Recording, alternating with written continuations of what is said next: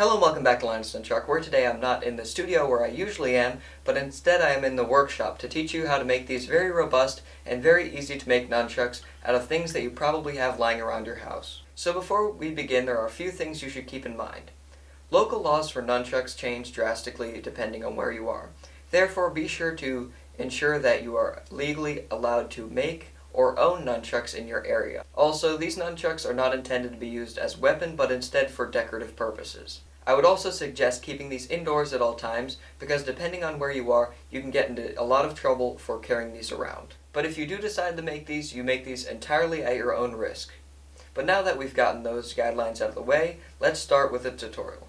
So all that you need to complete this project is any type of power drill, a measuring device, thick cordage or any type of string, preferably nylon or polyester because they're more durable after years of wear.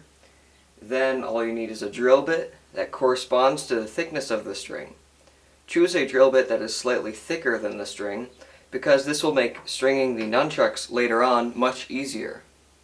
Then all you need is a file to smooth off the edges and sandpaper in order to smooth the entire nunchuck. Along with this, you can also use any saw that is capable of sawing wood in order to trim the nunchuck down to size. Finally, I also suggest having a type of vise or clamp in order to hold the wood in place while you saw it.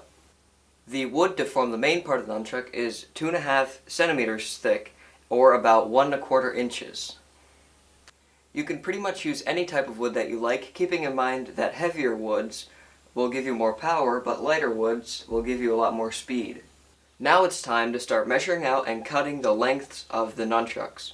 The longer you make your nunchucks, the more power you will later have as you're spinning, but the shorter you make the nunchucks, the more speed you will have. The most common, and what I believe to be the optimal length for nunchucks, is 12 inches. This is 30.5 centimeters. If you are using a hand saw to cut the nunchuck down to length, I would suggest measuring from each of the ends so that you at least have one nicer looking edge for each of your nunchucks. If you want to preserve the finish of the wood as you are putting it in your vise or clamp, I would suggest wrapping the wood in a towel so that the finish is not ruined by the force of the clamp. Now try to cut out the length of the nunchuck as precisely as you can with your handsaw. If you have slight imperfections, don't worry about it, because those will be filed out later. After you've cut your first nunchuck, I would suggest going back and comparing the length of that nunchuck to the measurement that you made on the other nunchuck. This will help ensure the accuracy of your nunchuck sizes. Once you have cut both lengths of the nunchucks, clamp your nunchucks back to the table and use your file in order to round off the edges. If you have a power sander like this, you'll be able to finish this process a lot quicker. But remember when using a sander to use the proper hand, eye, and breathing protection in order to help prevent any form of injury. Once you've rounded off your edges as much as you prefer, take any scrap piece of sandpaper that you may have laying around that's very fine, and further round off the edges to make them smoother. If the wood for your nunchucks is not very well finished, use a fine piece of sandpaper to run along the nunchuck in order to smoothen out any blemishes that the wood may have. If you want your edges to be more perfectly round, try using a longer piece of coarse sandpaper. Then grip the sandpaper with one hand on each side and place the end of the nunchuck in between. Then with back and forth motions, you can easily round off the edges of your nunchuck. Using this technique, it'll be very easy to create nearly perfectly rounded ends for the nunchucks. This will make your finished product look much nicer. But if you still happen to have any blemishes on your wood, it is fine because those will be removed later in the finishing process. First, find half of the width of the nunchuck and place a mark there. Then measure ½ inch down from the top end of the nunchuck and place another mark there. Then measure out a second point that is 3/4 inch further down than the mark that you've already made on the side of the nunchuck. Make sure that the marks are in line. Then fasten the wood to the table yet again and drill through the marks completely through as straight as possible. Then proceed to drill the top hole, but only until it reaches the first horizontal hole.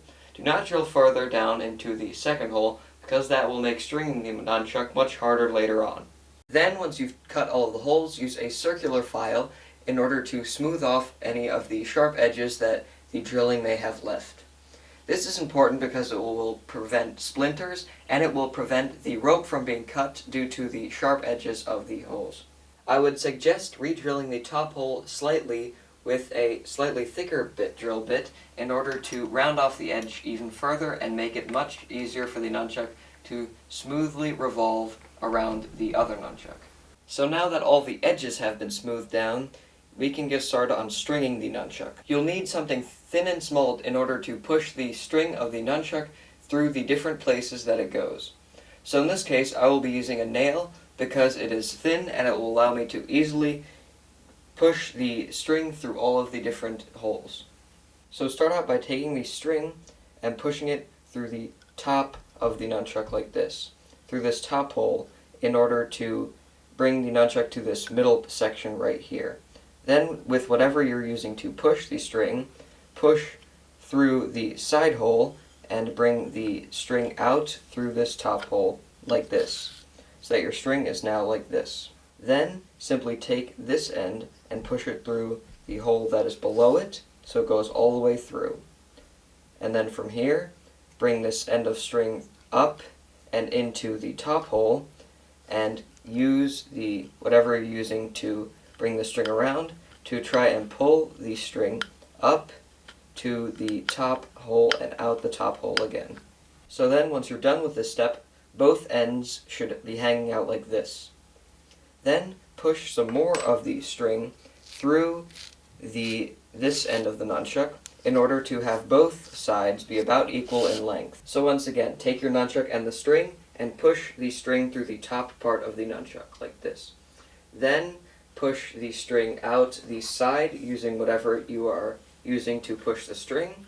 Then bring it around through the bottom hole and push it back through the top hole so it comes out the top and both ends are coming out of the top part of the nunchuck. So once you finish stringing this side and both the ends are hanging down, it is time to repeat the same process on the other nunchuck. This is the same process, except this time you should have both of the ends of the string hanging off of one side of the nunchuck and not the top once you are finished. So once you are finished, it should look like this, where both ends of the string are off to one side of this nunchuck.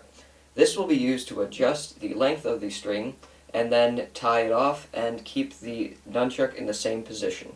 By pulling on the loose strings that are hanging off of the side of the one nunchuck, you can adjust the length of the string between the two nunchucks. A shorter string will result in faster moves and more speed in general. If you have a longer string, you'll be able to have more power. But a mid-length will allow you to have the best control over your spinning. To find the optimal length of string that is right for you, measure out the palm of your hand and add 2 centimeters to that length.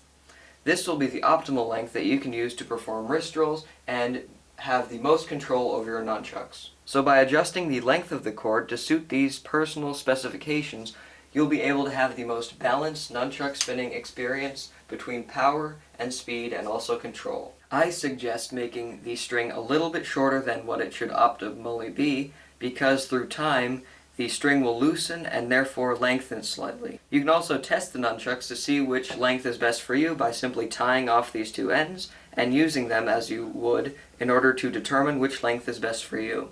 If the length is not best for you, undo the knot and simply readjust the cord in between. Then simply tie the knot of your choice around the nunchuck so that it holds sturdy as you are spinning, and trim off the excess on the ends. If you are using a polyester or nylon cord, you can trim the ends even further so that they're small like this, and using a lighter you can heat the ends, and then with pliers you can slowly bring them together and attach them to each other.